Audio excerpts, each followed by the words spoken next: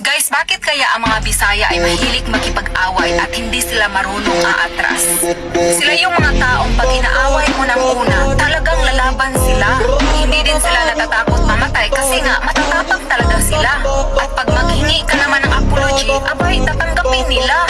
Ang mga Bisayang yan ay tipo ng tao na mababait. Pero sila din tipong tao na ayaw mong kalabanin. Kasi hindi ka talaga aatrasan. Hanggang batayan yan sila, manalo or matalo. Nakakatakot ang mga Bisaya, no? Kasi pwede silang mabait, pero at the same time, pwede din silang worst enemy.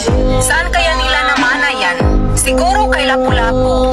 Si Lapu-Lapu ba yung pumatay kay Magellan? Guys, huwag niyong i-transfer ito sa Bisaya ha, baka yung mga... Body,